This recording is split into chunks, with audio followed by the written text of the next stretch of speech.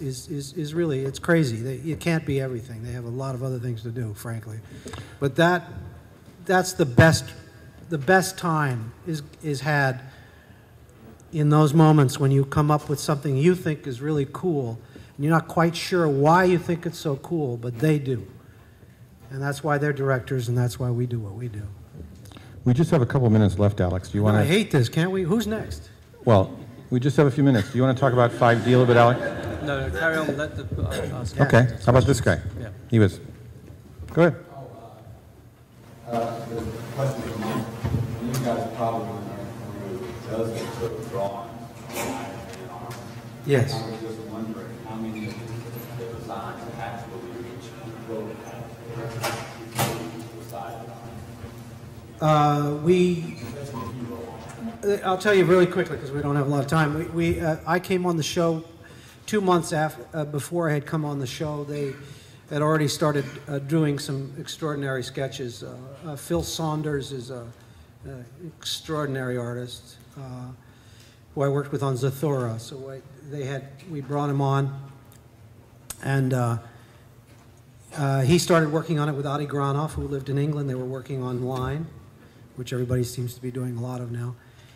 When I came on the show, I was a little behind the ball, the curveball, but I trust those guys, so they were working on it a lot. My biggest concern was elegance, which was an overview, which is typical of what we do as well. And every time it started to stray into mechanics and cool stuff and it didn't start looking beautiful and elegant, I started pulling it back to elegance. So it was a combination of all of us working on it, tugging and pulling and everything else. We did a model of it out of what is that modeling clay everybody uses? Plastilina. Plastilina. Well, it was plastilina, yeah. We did it in the office, and we started looking at it, and we loved it. We thought it was great. We gave it to Stan Winston. He did a first helmet, and it was from that design. We just one design we picked, and that was it. We knew we had enough facets on the machine so that it could have secret things that would pop up later on in post-production. In fact, the whole suiting up thing was shot 3 weeks on a sound stage in additional photography a year after we finished the movie. So there were a lot of things that came in that we did afterwards, but it was essentially all designed in the computer, modeled very quickly, and then we went to town and made it. Can we do one more? Yeah, Alex. Different dimensions of time. I think because of the time, if let me just finish. I'm just going to do a quick sentence at the end.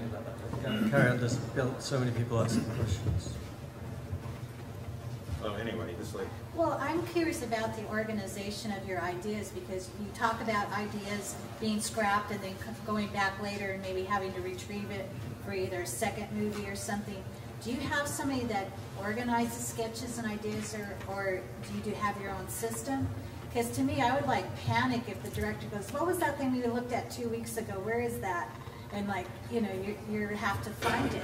We usually have I mean, the last several films I've done, we have a dedicated server for the show, and there's a part that's for the art department, and all the artwork that gets done gets downloaded to the server, so that people who have access to the server can actually go back to it and refer to everything, and then we also time code and date everything.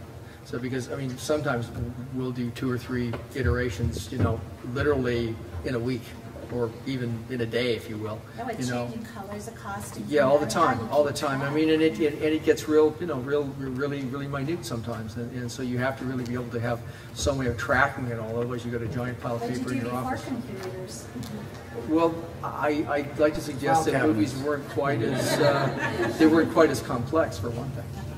You know, they weren't quite as complex, and like Michael said, Watchmen has been around, I believe, what, for 20 years or so as a potential script, but they weren't able to do it because the technology wasn't really available. I think that's also one of the things we're seeing so much more with comics being turned into, you know, movies, is because we can do it digitally now. We can do a lot of stuff that just, you know, 20 years ago would not have been possible. Shout it out. Typically, do you guys select visual development artists that you work with? I know you said that Addie and Ryan and Saunders were selected before you started working with them. Neil Ross and Bob Powers had a real strong style. you guys pick those guys? So those people, how does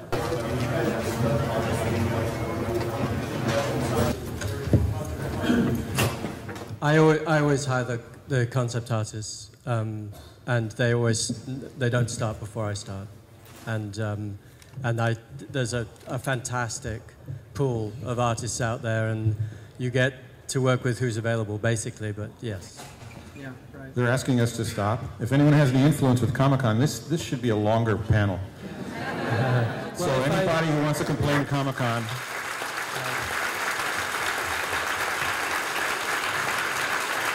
Just before you go, and for that very reason, there's seismic shifts happening in the way that media is working now, the way design works, the way that we work within design. We are starting this year a new conference called 5D, the Future of Immersive Design, in Long Beach in October 4th and 5th.